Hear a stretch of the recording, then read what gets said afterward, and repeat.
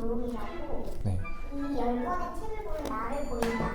그래서 그걸 소셜미디어에 막 인증하는 게 유행이었대요. 대표님은 시인은 어떤 책을 읽나요?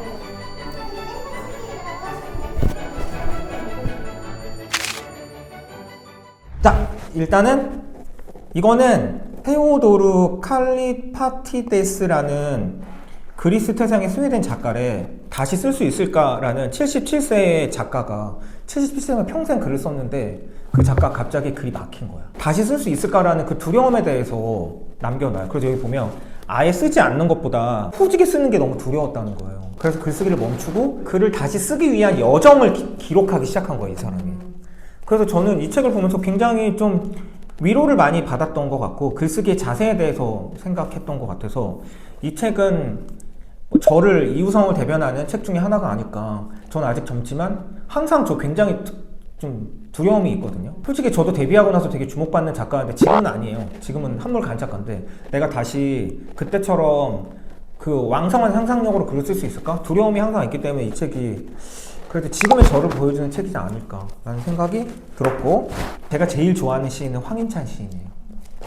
이게 구간조 시키기가 첫 시집인 걸로 알고 있는데 엄청난 시인이 탄생을 한 거를 상징하는 시가 아닐까. 인찬이가 나오기 전에 주목받은 작가가 저였어요. 근데 황인찬이 나오고 저 완전히 미쳤거든요. 비교도 안 돼. 묻히는 게 정상이야. 너무 시가 좋기 때문에. 그 황인찬이 여기에 사인을 해서 2012년 겨울 제가 바로 미남 시인 짱팬입니다 라고 이렇게 해가지고 줬어요. 저의 어떤 팬심으로서의 저를 드러내는 시집이다 라고 할 수 있고, 이거는 제 인생 시집 중에 하나예요. 제가 좋아하는 영화들에 관한 왕가희 감독이라던가 이런 그때 시대의 영화들에 관한 이 시인의 언어로 쓴 시들도 되게 많거든요. 제가 시인이 되는 데 있어서 되게 많은 영향을 미친 시집. 그 다음에 2000년대 이후 한국 시의 가장 상징적 존재였으나 일찍 세상을 떠난 황병승이라는, 지금 시를 쓰고 있는 모든 시인들이 저는 다 황병승의 영향을 받았다고 생각해요. 황병승보다 이후에 데뷔한 사람들은 다 황병승의 후예라고 생각해요, 저는. 병승이 형이 제 시를 진짜 좋아해줬거든요. 항상 저한테 메시지도 보내. 우성아, 네 시 너무 좋다.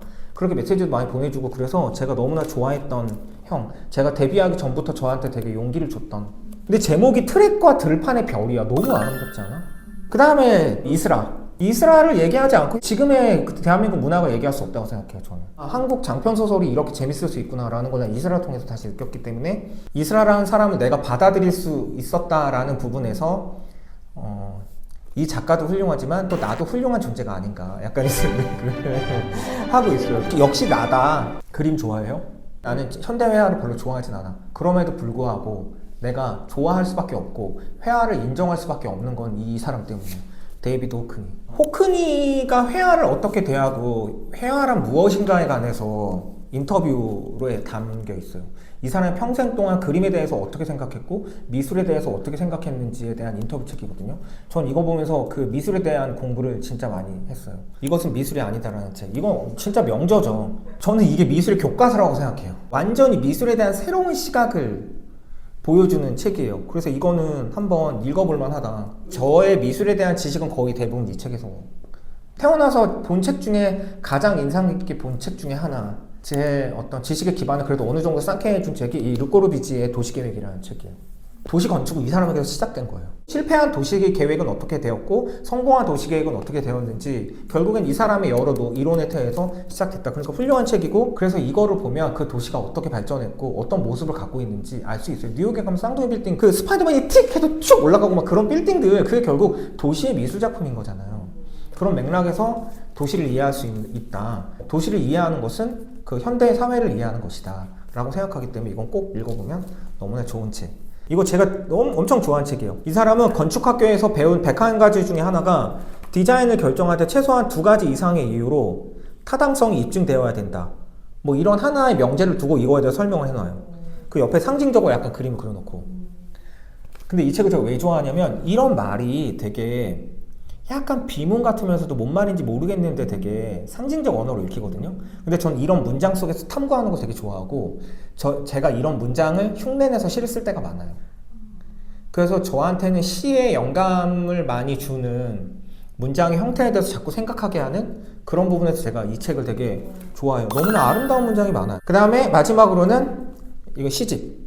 난다 출판사에서 시집을 내면서 첫 번째 시인으로 우리나라에서 지금 국제적으로 가장 유명한 시인이 김혜순이라는 시인분인데, 김혜순 선생님의 시집을 첫 번째로 이 난다의 시선이 나왔어요.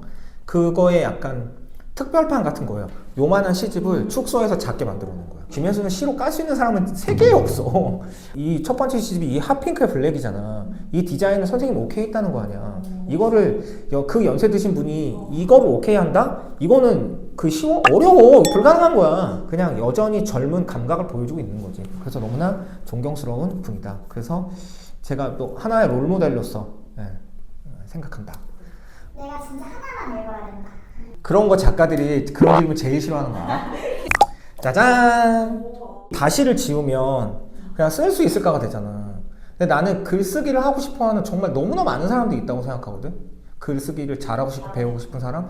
그 사람들이 그냥 이걸 빼고 쓸 수 있을까라고 지우면 나는 이 책을 읽으면 좀 용기가 생길 것 같아. 쓸 수 있다. 그러니까 글쓰기라는 게 수십 년을 글을 써온 사람도 이것이 재능의 영역이 아니라 의지의 영역이고 자기가 그 두려움을 극복해야 되는 영역이라는 거거든. 그런 부분에서 좀 용기가 되지 않을까. 여기 마지막 문장이 너무 아름다운 것 같아. 글이 더 이상 써지지 않을 때 작가는 어떤 선택을 해야 할까? 삶이 더 나아가지 않을 때 인간은 어떤 길을 택해야 할까? 너무 아름답죠. 이 질문에 관해서 같이 생각해보는 계기가 되지 않을까 싶어서 이거는 한 권을 고른 이유는 사람들한테 좀 추천하고 싶어, 이 책은. 자, 그러면 안녕!